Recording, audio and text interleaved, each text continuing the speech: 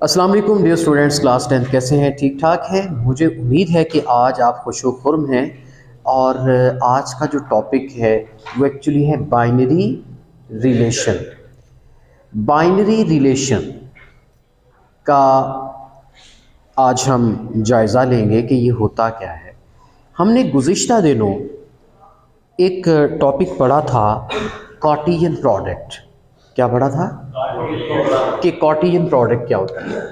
मिसाल के तौर पर मैंने एक सेट लिया था ए, जिसके एलिमेंट्स 1 2 और एक सेट है बी जिसके एलिमेंट्स क्या हैं ए बी।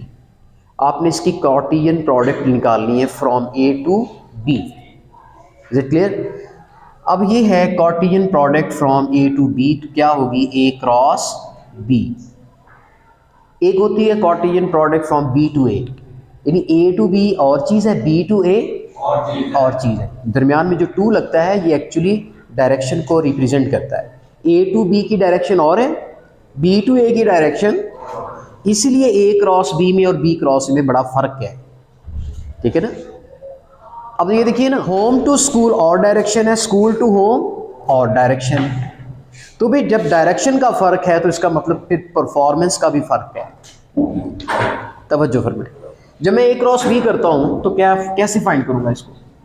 1 को ए के साथ फिर 1 को बी के साथ क्या करेंगे? पेयर बनाएंगे। मल्टीप्लाई का मतलब यहाँ पे हरगिज़ मल्टीप्लिकेशन नहीं है, एक रिलेशन बनेगा, पेयर बनेंगे।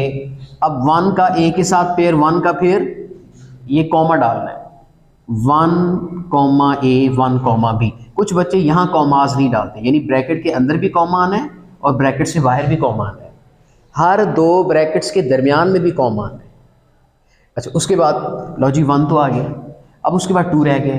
अब क्या किया जाएगा? 2 comma A and 2 comma B, bracket close.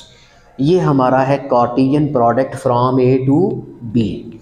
अब इसमें देखें कि हमारे पास कितने पेयर्स बने, 1 2 3 4।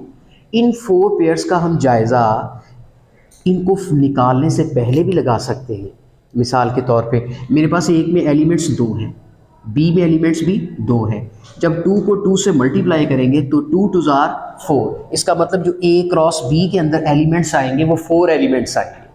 अच्छा, एक और बात याद रखिएगा कि हर एक पेयर जो है वो बतौर एक एलिमेंट तस्लीम किया जाएगा। ये नहीं कि अब आप कहेंगे सर इसमें तो 1 2 3 4 5 6 7 8 एलिमेंट्स आ रहे, never.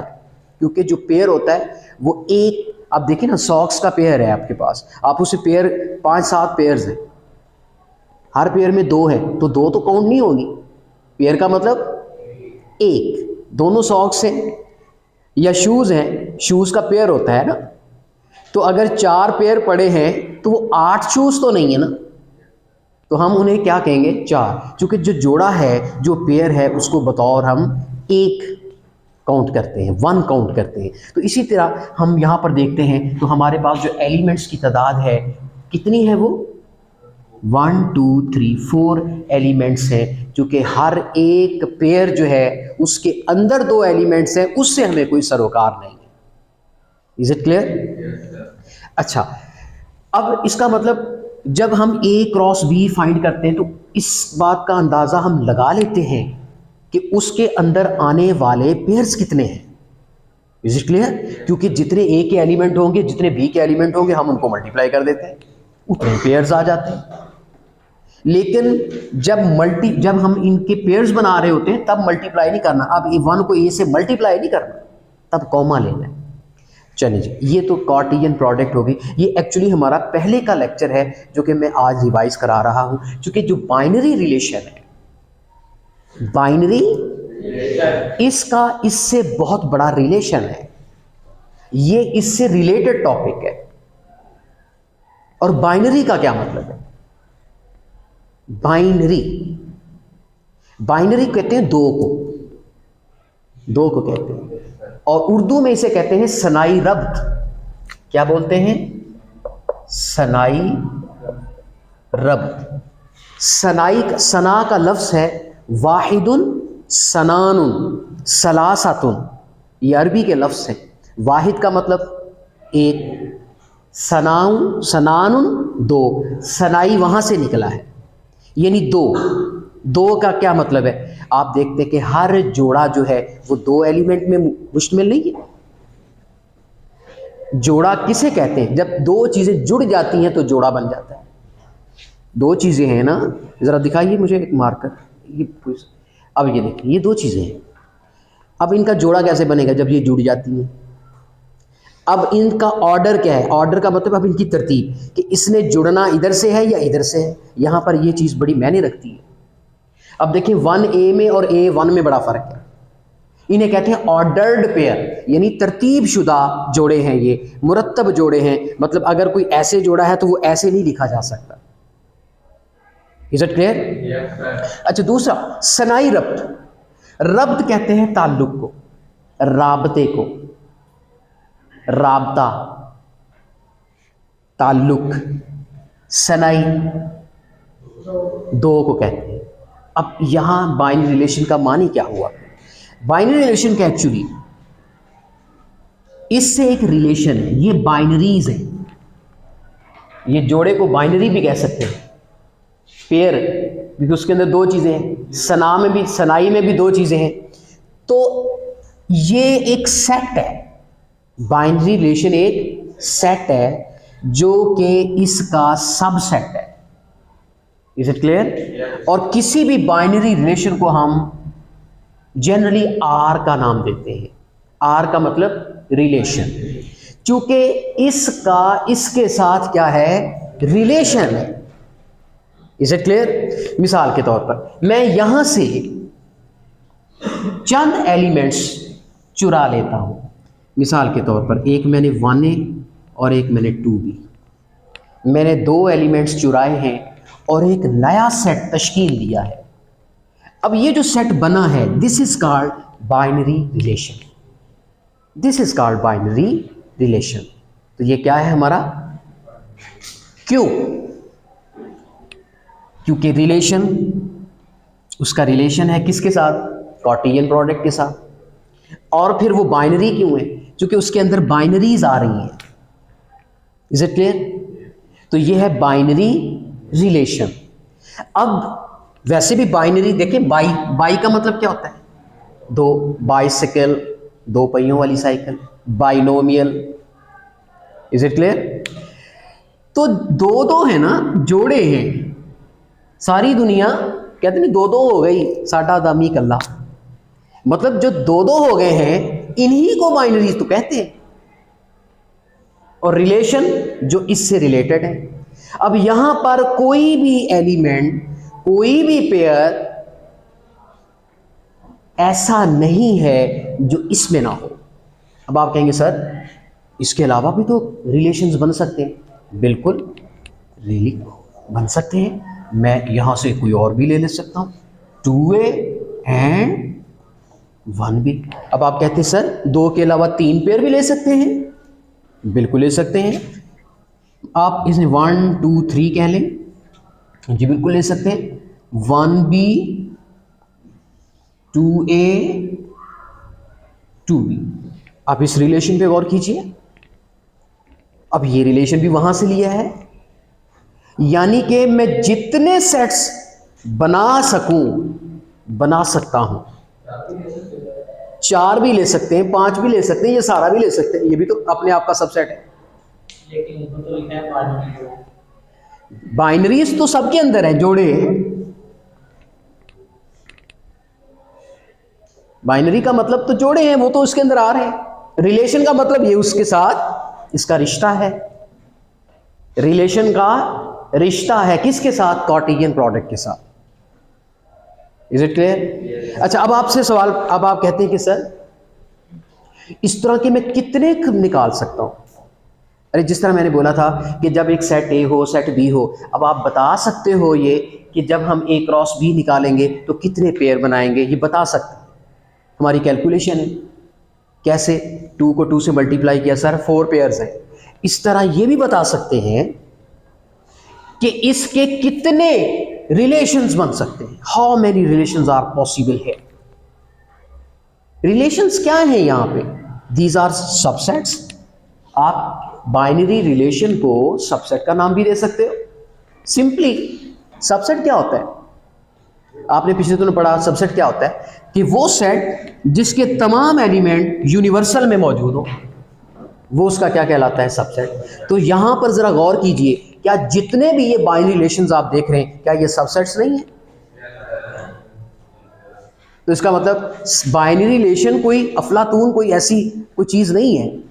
This is only a subset of Cartesian product from A to B, from B to A भी हो सकता है। अब आप कहेंगे सर कितने पॉसिबल सबसेट्स हैं? अच्छा, इसकी थ्योरी अलग है। मिसाल के तौर पर इससे हट के मैं आपसे एक पूछता हूं, मेरे पास बेटे एक सेट ए है जिसके एलिमेंट्स 2 है। मुझसे अगर पूछा जाए कि सर इसके सबसेट कितने बनते हैं, तो मेरा जवाब क्या है? भी सबसे पहले तो एम्प्टी सेट, फिर 1 कॉमा, फिर 2, ये सबसेट्स बनते चले जा रहे हैं। फिर क्या बनेगा? 1 2, इसके अलावा नहीं बन सकते। एम्प्टी सेट अपने आप में सब का क्या होता है? सबसेट होता है। हर सेट का ये सबसेट है, क्योंकि इसमें कोई एलिमेंट ही नहीं, इसका किसी से इख्तिलाफ ही नहीं है, तो ये सबका सबसेट है। अब इसके अंदर जो एलिमेंट है वो हमने चेक करना है कि ए में है, फिर ये उसका सबसेट है। हमने देखा कि इसके अंदर 1 आ रहा है, ये पूरा सेट इसका क्या है? सबसेट है। हमने अगले सेट को देखा, इसमें 2 आ रहा है, ये पूरे का पूरा इसका क्या है? सबसेट है। क्यों? क्योंकि इसके अंदर तमाम एलिमेंट, तमाम हैं कितने? एक, मतलब तमाम एलिमेंट किसको बिलोंग कर रहे हैं? सेट ए को। हम अगले सेट की तरफ आते हैं, इसमें तमाम एलिमेंट किसको बिलोंग कर रहे हैं? सेट ए को। इसका मतलब ये सब क्या है? सबसेट्स है। एक मैं और सेट ले लेता हूं, चलिए। This is not a subset. Why? क्योंकि इसके अंदर का एलिमेंट इसके अंदर मौजूद नहीं है, ये इसका सबसेट नहीं है। और एम्प्टी सेट में चूंकि कोई एलिमेंट नहीं है कि जो ये कहे कि मैं इसके अंदर नहीं हूं, लिहाजा मैं इसको एम्प्टी सेट को तो कह ही नहीं सकता कि ये उसका सबसेट नहीं है। तो हर एम्प्टी सेट क्या होता है? सबसेट होता ही है, क्योंकि उसके अंदर कहने वाला कोई एलिमेंट है ही नहीं कि मैं उसमें नहीं हूं। Is it clear? अच्छा, अब देखिए कितने सबसेट यहां बने? 1 2 3 4। इसका मतलब हर सेट का पहला सेट एम्प्टी होता है, सबसेट, और आखिर वाला सबसेट वो बजाते खुद होता है, और दरमियान में बाकी होते हैं। Is it clear? पहले नंबर पे उसका सबसेट कौन होता है? एम्प्टी। आखिर वाला सबसेट क्या होता है? वो खुद होता है, सारे का सारा होता है, जिसे हम कहते हैं ये क्या है? Improper subset. जो जिसके बराबर हो जाए वो उसका क्या है? Improper subset. बाकी सारे क्या है? Proper subset. क्योंकि जो बराबरी करने की कोशिश करे हो मतहत, सब का मतलब होता है मातहत, सब ऑर्डिनेट। क्या मतलब है? जो मेरे अंडर काम करने वाला है। अब यहां पर ये ए जो है वो सुपर सेट है, और इसके अंडर कौन है? ये छोटे छोटे छोटे छोटे, इसके अंडर काम कर रहे हैं, इसके सबऑर्डिनेट हैं, इसके मातहत हैं, इसके सब मातहत हैं। अब इनमें कोई एक ऐसा मातहत आ जाए और जो उसकी बराबरी करने की कोशिश करे, तो ये प्रॉपर है या इम्प्रॉपर है? बात है गैर मुनासिब बात है। इम्प्रॉपर को कहते हैं गैर मुनासिब, लेकिन है सबसेट। क्योंकि हमने पढ़ा है 2 सेट कब इक्वल होते हैं? जब ये उसका सबसेट हो, ये उसका सबसेट हो, वो बराबर होते हैं। Is it clear? Yes sir. तो यहां से आज मेरी इस बात में प्रॉपर सबसेट को भी पढ़ लिया और इम्प्रॉपर सबसेट को भी पढ़ लिया। इम्प्रॉपर सबसेट कौन सा होता है? जिसके तमाम एलिमेंट उसके बराबर हो सेट के, वो इम्प्रॉपर है, और बाकी जो कम हो उससे वो क्या है? वो प्रॉपर है। चलिए, अब यहां पर सर कितने यहां सबसेट बने? देखिए 1 2 3 4, ये तो नहीं है सबसेट, ये तो नहीं है सबसेट। तो इसका मतलब ये हुआ सर कोई ऐसा कुलिया बता दीजिए कि हमें मालूम हो जाया करे कि किसी भी सेट के कितने सबसेट बन जाया करेंगे, ताकि हमें बनाते हुए कोई छोड़ ना दें हम। सवाल है बनाते वक्त छोड़ ना दे। मिसाल के तौर पर अगर 3 आ जाए यहाँ पे, अब जरा काउंट करें, मैं आपको एनालिसिस करके दिखाता हूँ, जरा काउंट करें। पहले 2 एलिमेंट थे तो कितने सबसेट बने थे? 1 2 3 4, याद रखिएगा। अब मैंने एक एलिमेंट बढ़ा दिया है, अब कितने सबसेट बनते हैं ये भी चेक कर लेते हैं जी। पहला क्या बनता है? एम्प्टी। फिर क्या बनता है? 1। फिर क्या बनता है? 2। फिर क्या बनता है? 3। फिर क्या बनता है? 1 2। फिर क्या बनता है? 1 3। फिर क्या बनता है? 2 3। फिर 1 2 भी हो गया। रिपीट नहीं होना चाहिए। 1 3 और 3 1 में कोई फर्क नहीं है। अच्छा, फिर क्या बनता है? 1 2 3 जी। लो जी, इसके अलावा और कोई सबसेट नहीं बनता। अब आप 1 3 और 3 1 को करके 2 सेट नहीं, वो एक ही। अब काउंट करें कितने बन गए।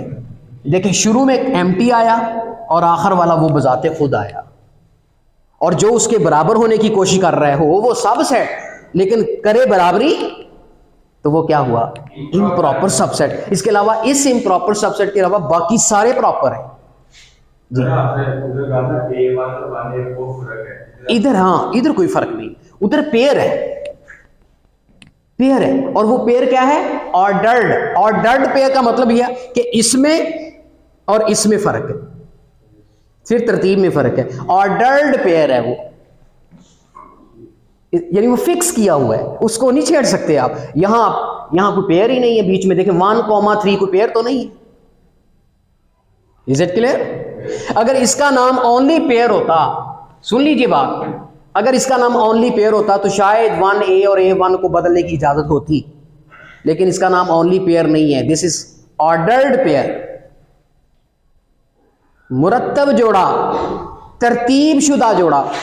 जब कहता है फिर तरतीब शुदा, इसका मतलब उसकी तरतीब लगाई हुई है, वो बदल नहीं सकते। Is it clear? अच्छा, अब आइए, अब कितने बढ़ गए? 1 2 3 4 5 6 7 8, अब 8 हो गए। यानी 3 एलिमेंट आए तो सबसेट 8 हो गए। जब एलिमेंट 2 थे तो सबसेट 4 थे। इसी तरह अगर मैं एक चौथा एलिमेंट यहां बढ़ा लूं तो मेरे सबसेट भी बढ़ जाएंगे। Is it clear? अच्छा, अब देखते हैं, मैं अब इसकी रीजन बताता हूं। मैं अब आपको वो फार्मूला देने लगा हूं कि जिससे आपको पहले से मालूम हो जाएगा कि पॉसिबल सबसेट की तादाद कितनी है। कैसे? आपने 2 ले लेना है, फिक्स। 2 फिक्स है, कोई भी सेट हो, यहां पे कोई भी एलिमेंट्स हो, कोई भी सेट हो, कितने ही एलिमेंट्स हो, आपने क्या लेना है? 2। आपने एलिमेंट्स को काउंट करना है, इस सेट में कितने एलिमेंट्स आ रहे हैं? 1 2 3। आपने वो 2 की पावर 3 ले लेनी। Is it clear? अच्छा, फिर इसको सॉल्व कर लेना है। करें सॉल्व। 2 मल्टीप्लाई 2 मल्टीप्लाई 2 कितना बनता है? 8 सबसेट्स बनेंगे, including empty and including improper subset, सारे डल के। अच्छा, अब आप सर अगर यहां 2 एलिमेंट हो, फिर सीधी सी बात है, फिर 2 की पावर स्केयर ले लें, तो ये बन जाएंगे 2 2 4। अगर पावर सर यहां पर 4 एलिमेंट्स आ जाए, जरूरी नहीं है 1 2 3 4 ही आए, ABC लगा लें, ABCD लगा लें, तो अब 2 की पावर कितनी आएगी? लेना 2 फिक्स है, 2 फिक्स है। 4 कितने बन गए? 16 सबसेट बनेंगे। Is it clear? आइए अब इस सेट की तरफ मैं अब समझा सकूंगा अपनी बात। मेरे पास ये एक सेट है, इसमें कितने एलिमेंट हैं? 1 2 3 4। अब कितने सबसेट बनेंगे इसके? 2 की पावर 4, 16 सबसेट बनेंगे, और जिनमें एम्प्टी सेट भी शामिल है जो मैंने नहीं लिया। इसका मतलब मैंने 3 डिस्प्ले किए हैं, 16 में से ये 3 कम हो गए, बाकी कितने रह गए? 16 में से ये 3 तो मैंने डिस्प्ले कर दिए ना, बाकी कितने रह गए? 13 रह गए। 13 इसके और सबसेट बन सकते हैं मेरे बच्चे। अभी तो मैंने 3 डिस्प्ले की, क्योंकि टोटल तादाद कितनी है? 16। चले एक मान लिया, एक एम्प्टी, सर एम्प्टी भी तो है ना, चलो ये 4 हो गए, पांचवा ये खुद सारे का सारा आएगा। चले 5 ये हो गए, बाकी कितने रह गए? 11 और बन सकते हैं। कैसे बन सकते हैं? पहले सिंगल सिंगल के बनेंगे, फिर डबल डबल के बनेंगे, फिर ट्रिपल ट्रिपल के बनेंगे। इस तरह से 16 आप कंप्लीट कर सकते हैं। लेकिन यहां सवाल हरगिज ये नहीं है आपसे किया जाएगा कि जी आप सारे इसके सबसेट निकालिए, नहीं। सवाल कुछ और है। अच्छा, सवाल क्या है जी?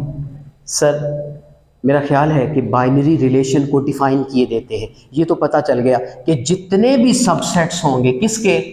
कार्टेशियन प्रोडक्ट के। ये नाम बता रहा हूं। आम अगर ये कार्टेशियन प्रोडक्ट ना होती, जिस तरह यहां पर आम सबसेट थे, तो उनका नाम सबसेट है। लेकिन अगर एक मखसूस ऑर्डर्ड पेयर का कार्टेशियन प्रोडक्ट का सेट है और उसके जो सबसेट लिए जाएंगे उनका नाम फिर सबसेट नहीं है, उनका नाम क्या है? फिर बाइनरी रिलेशन। उन्हें बाइनरी रिलेशन कहते हैं। Binary relation is the another name of subset, but in case of Cartesian product from A to B और B to A. Is it clear? और बाइनरी रिलेशन का लफ्ज कहां यूज होगा? जब आपकी ऑर्डर्ड पेयर होंगे, जब आपकी कार्टेशियन प्रोडक्ट होगी। अगर सिंपल सेट है फिर बाइनरी रिलेशन का वर्ड यूज नहीं होगा, फिर सबसेट का वर्ड यूज होगा। Is it clear? Yes sir. तो चलते हैं यहां पर इसको डिफाइन करते हैं। Let A and B are two non empty sets. ये शर्त है, यहां से बात शुरू कर रहा है वो, यहां से बात शुरू कर रहा है। कहते हैं 2 सेट्स हैं कोई, और वो क्या है? खाली नहीं है। अरे ये एक सेट खाली हो दोनों, फिर तो ए क्रॉस बी बन ही नहीं सकता। जब ए क्रॉस बी नहीं बनेगा तो रिलेशन कहां से आएंगे? इसलिए उसने कहा कि ऐसे 2 सेट्स लेने हैं जो क्या हो? नॉन एम्प्टी हो। अब आप कहेंगे सर उसको क्यों कहना पड़ता है कि नॉन एम्प्टी हो? सेट है तो उसके अंदर एलिमेंट तो होंगे। नहीं, बाद सेट ऐसे भी होते हैं कि कोई एलिमेंट नहीं होता, उसको भी सेट कहते ही हैं। सेट उसको भी कहते हैं जिसके अंदर कोई एलिमेंट ना हो, इसलिए उसको नॉन एम्प्टी लिखना पड़ा कि कहीं ये सेट, अगर वो यूं लिख देता let A B are 2 sets, non empty ना लिखता तो फिर तो आप एम्प्टी सेट भी ले सकते थे। लेकिन कहा उसने कि एम्प्टी सेट का यहां पर कोई काम नहीं, वो निकाल के लो जी। मैंने 2 नॉन एम्प्टी सेट लिए। Let A and B are 2 non empty sets. R is the set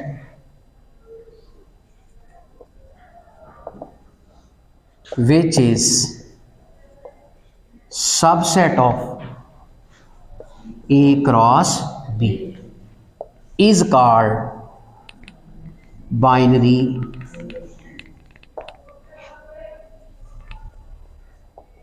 relation such that this R is the subset of A Cartesian product B, the Cartesian product from A to B. R क्या है? Subset. Is it clear?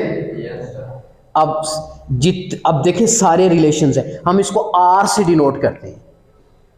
R1 R2 R3 generally हम उसको R ले लेते हैं। ये है binary relation की definition. Let A and B are 2 non-empty sets. R is the set which is subset of A cross B is called binary relation such that R, इसको हम symbolic form में लिखा है। Is it clear? आज आपको पता चला कि बाइनरी रिलेशन क्या होता है।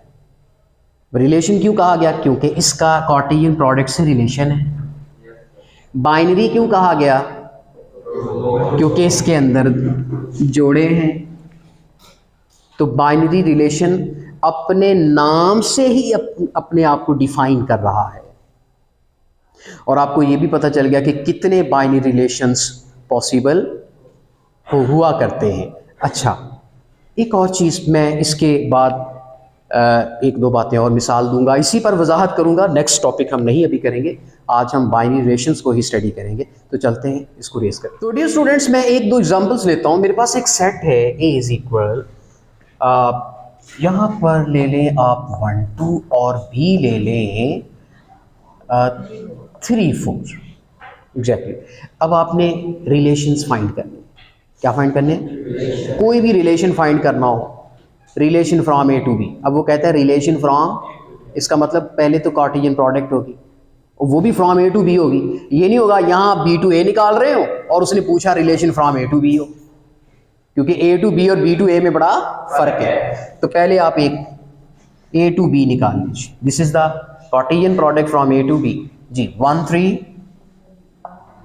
जी, 1 4 जी, 2 3 2 4।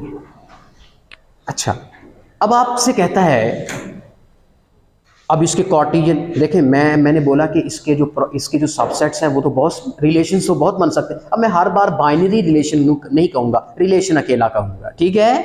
बाइनरी तो है ना, सब रिलेशन कहूँगा। अच्छा, कितने रिलेशंस पॉसिबल हैं? 1 2 3 4, 2 की पावर 4 16 रिलेशन पॉसिबल है जी। कितने पॉसिबल हैं? 16 रिलेशंस पॉसिबल हैं। लेकिन अब आप कहेंगे सर सारे तो मैं नहीं निकाल सकता, आप मुझे कोई कंडीशन बता दें, मैं उस कंडीशन के मुताबिक। मैं कहता हूँ अच्छा ऐसे रिलेशन बता दो, ऐसे रिलेशन बता दो कि जिसका x में x छोटा हो y से, ऐसे रिलेशन कोई निकाल दो। चलिए मैं आपको हिंट दे दूँ, यानी ऐसे रिलेशन निकालो कि जिसका x y से क्या हो, छोटा हो। चलिए मैं ऐसे रिलेशन ढूंढता हूँ। देखिए ये आपका पहला क्या है, x, दूसरा क्या है, y, है ना? अच्छा, अब कहाँ x छोटा है y से, ये देखें, पहला तो ये सिलेक्ट हो गया, दूसरा ये x है छोटा है y से, ये भी सिलेक्ट हो गया, है ना? सारे सिलेक्ट हो गए बिल्कुल, चूंकि तमाम के x y से क्या है, छोटे, लिहाजा उसने इस रिलेशन की बात की। अब आप कहेंगे सर क्या ये बाइनरी रिलेशंस अगर हम सारे निकालें सबसेट यून में होगा? बिल्कुल होगा, मैंने बोला नहीं ये सारे का सारा भी तो रिलेशन है। Is it clear? Yes sir. अगर वो यूं पूछता कि x ग्रेटर देन y, फिर उसके हिसाब से लेते आप। Is it clear? तो अगर वो यहां कुछ कंडीशंस दे दे तो आप उसके रिलेशन उसके मुताबिक निकाल सकते हो, बाकी तमाम निकालने की जरूरत नहीं है। अच्छा, इसके बाद एक होती है domain of relation and range of relation. क्या होती है? मसलन ये रिलेशन निकला है आपका, इसका डोमेन फाइंड करना है। Domain of R, first element जितने भी सारे डोमेन है, 1 जी, क्या है वो, 1 और 2 रिपीट हो रहे हैं, आपने एक दफा लिखना, दिस इज द डोमेन। तो डोमेन की डेफिनेशन क्या हुई? The first element of each ordered pair, the set consisting first element of each ordered pair of the relation is called domain of relation. एक ओके। रेंज क्या है sir? Range भी बता दीजिए। Range of R, this is the second element of each ordered pair of the relation. अब second element क्या है? 3 4 3 4 repeat हो रहे हैं, आपने 3 4 लिख दिया। ये देखिए, ये आपकी डोमेन आ गई, ये आपकी रेंज आ गई। जरूरी नहीं ये सेट ए और बी के बराबर हर दफा आ जाए, इसलिए यहां पर ए और बी के बराबर आ रहा है कि वो सेट जो उसके इक्वल आ रहा है, रिलेशन जो उसके इक्वल आ रहा है। Is it clear? Yes sir. अब एक और प्रैक्टिस कर लेते हैं। प्रैक्टिस कर लेते हैं। मैं यहां पर कहता हूं ऐसा रिलेशन लें, यहां पर मैं अपनी चेंज कर देता हूं सिचुएशन। ऐसा रिलेशन लें कि जिसका x में y ऐड करें तो 5y। अब आपकी रिलेशन क्या बनेगी? चलिए अब इसको करते हैं रेस। देखिए ऐसे क्वेश्चन आएंगे आपको कि कंडीशन दे देगा, लिहाजा आपको सारे रिलेशन नहीं निकालने पड़ेंगे, आपको वही मखसूस निकालना पड़ेगा जो उसने दे रखा होगा। जी, कैसा रिलेशन लेना है जी? कि जिसका पेयर ऐड करें x और y तो 5y। जी यस, ये दो, यानी एक 1 और 4, एक 2 और 3। अच्छा, ये भी रिलेशन है। Is it clear? सारे नहीं निकालने, जो मांगा है वो है। अब इसकी डोमेन निकालें 1 2, रेंज निकाल लें 4 3, तो आप इसकी डोमेन और रेंज निकाल सकते हैं। और ये जरूरी नहीं कि डोमेन सेट ए के बराबर है, हाँ ए के बराबर भी आ सकता है, उसका सबसेट भी आ सकता है। हाँ, अगर ये कहा हो कि x, हाँ अगर ये कहा हो कि x ग्रेटर देन y हो, तो यहां पर मेरा ख्याल कोई x ग्रेटर देन y नहीं है, नहीं है, तो एम्प्टी आ जाए। तो क्या आ जाएगा? रिलेशन एम्प्टी होगा, क्योंकि वो सबसेट है। अब उसमें ऐसा सेट पॉसिबल ही नहीं है। Is it clear? Yes sir. उसके बाद अब मैं